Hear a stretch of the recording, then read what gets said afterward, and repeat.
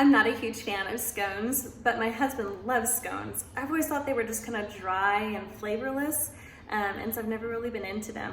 But then I've been a subscriber to this magazine called Taproot, based out of Maine, and it has some of the most cool, like making things from scratch by hand and in the kitchen, and really cool just articles for good thinking that I really enjoy.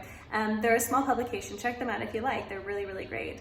One of the recipes I found in there was for a sourdough orange scone. And I was like, oh, I love things orange. And of course, like I'm always looking for a way to use some sourdough because there's so many good nutrients in there. So this is that recipe, and I really highly recommend it. It's really great, and yet another reason why you should start with sourdough, because it's awesome.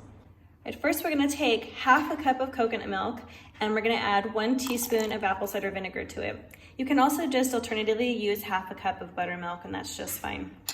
All right, while we're letting this coconut milk and vinegar kind of get a little bit tangy, we're going to take out a bowl, and we're going to have 2 cups of flour. We like to use half white, half wheat.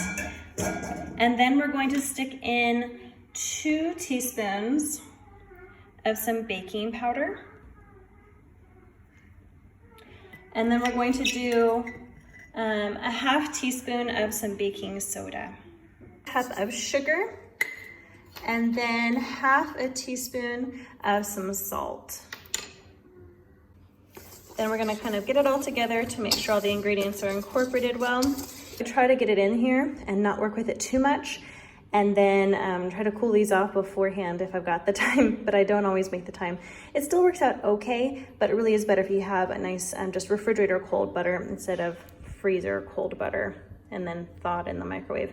There's also that debate of should you have an animal-based type butter or a vegan butter. Personally, for us, since we only do try to do majority vegan eating, I figure if we're gonna have a dessert, let's have a dessert and let it be something worth celebrating for and having some good ingredients. We don't do it all the time. Butter's not something we're gonna use every single day, and especially not in large quantities, so I go for the real deal.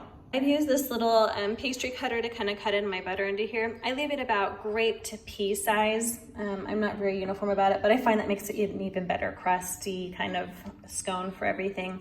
You can just use a fork as well, that works just fine, but a pastry cutter really is easier. In this recipe we like, there's orange zest in it.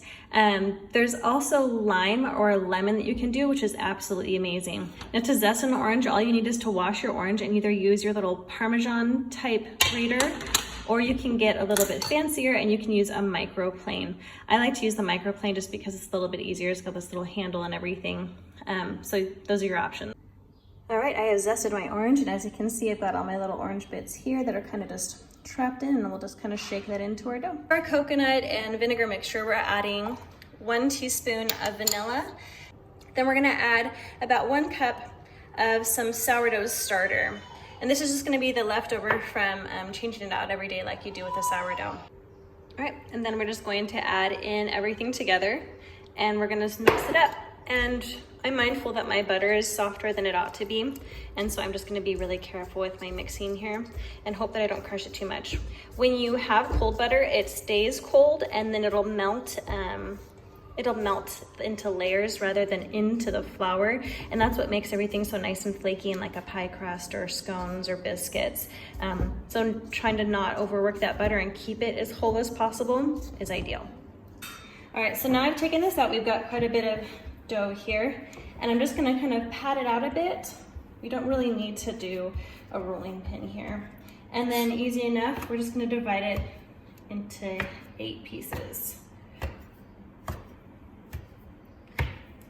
And then I'm gonna take my baking sheet here, and I'm just gonna put these on. And you can do an egg wash if you like. A lot of people do. I don't often waste my time with it. I just normally try to get these in. My kids don't care about what they look like so much. Right, finally we're taking our scones. As you can see, I did a double batch, and we're sticking it into our oven, which is at about 210 Celsius. And that's about, 425 Fahrenheit. Okay, we'll just let these bad boys cook for about 20 to 25 minutes, depending on how hot my oven cooks today. All right, they're out, and we're kind of looking for these cracked tops, and the bottoms kind of look a little bit browned.